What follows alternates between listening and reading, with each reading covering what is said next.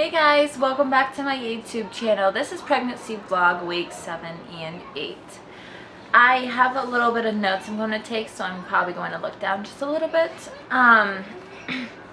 My week 7 and 8 haven't, there's not really much going on besides I did have an appointment on week 8. I do want to say that I've been handling all my nausea with lemonade. I can't seem to be drinking ginger ale because it makes me extremely bloated, and it kind of just isn't helping me. So I've also had no puking during these few weeks as well. Round ligament pain is still there, and I've been irritable some days. So that's been what's going on basically during those 2 weeks majority. For week 7, let me start off saying that that's when my fatigue just got at its all-time worst. My son takes about 2 naps a day. He's a year and a half old, and I would take naps with him.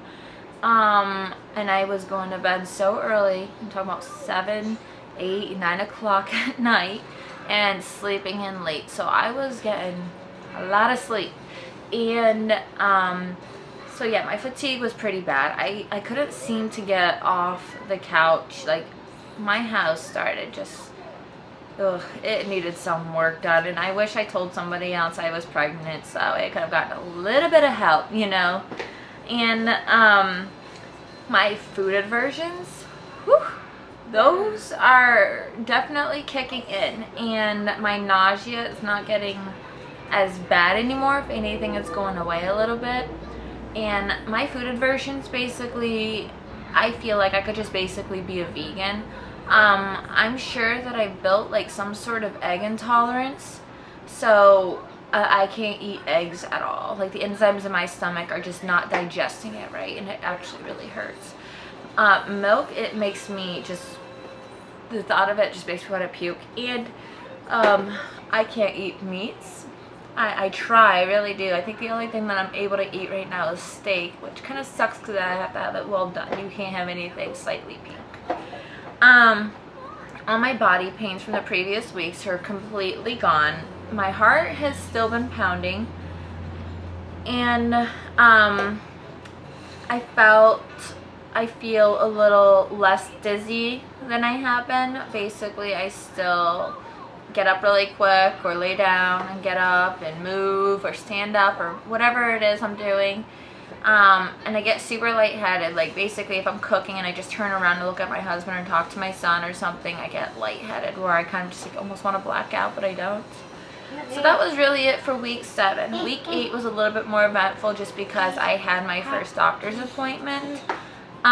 It was basically a walk-in for week 8. That was on March 12th. So basically, March 12th was the appointment I was supposed to have in Keene. I decided to ditch that and go to Brattleboro because I just had a better experience at the Brattleboro Hospital to begin with. Just the way they do things. And they're really quick. Even if they're busy, they get you in and out. They don't play games.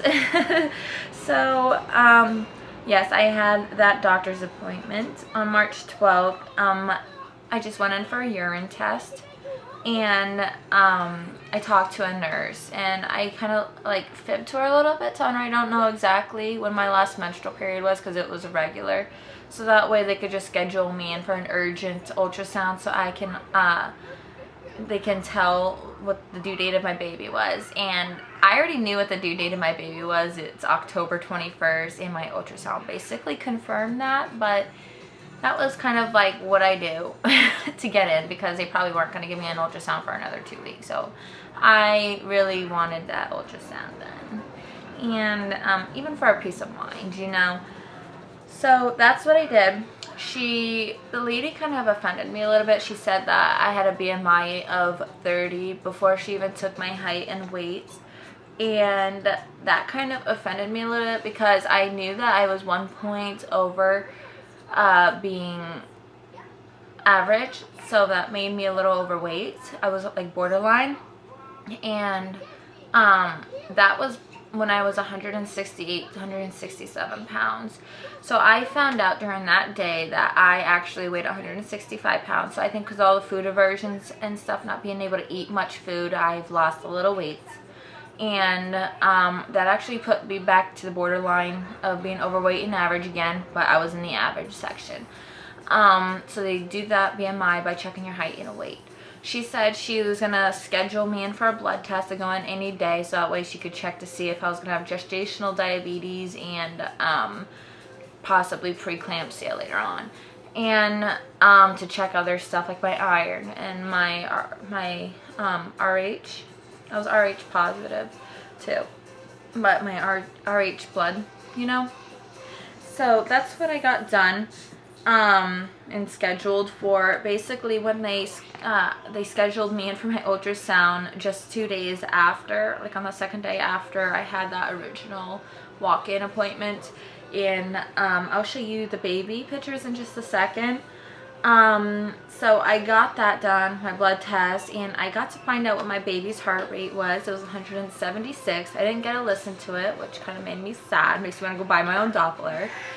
And I kind of like have hopes that it might be a girl, even though I'll be okay with a boy, but because of the old midwife tales that a high heart rate would be a girl. And I know it's different with a lot of people. A lot of people might have a high heart rate and still have a boy. But with my son, his heart rate was 164 beats per minute and dropped down to 140 later on. So my fingers are crossed.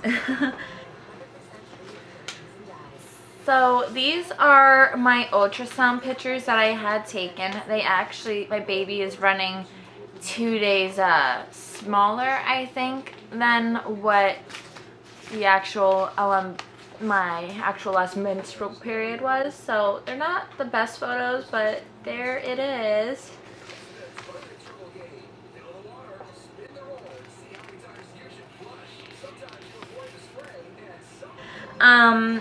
So my acne also cleared up. I had really bad acne to begin with in my last video. I mentioned, I think, how I had it on my earlobes and in my armpits. It was just all over my face and my chest.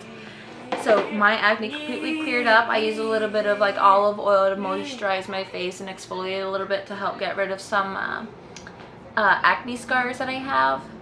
And that's what I've been dealing with for that. I do want to mention that I've been using the app Flow to just keep track of like how far along I am and what to expect. I use that because I could talk to other moms on there. I can read other forums on there, so it's been really useful. But it can also stress you out because you hear a lot of bad things as well on there, but you have a lot of other moms to connect with, which is really nice.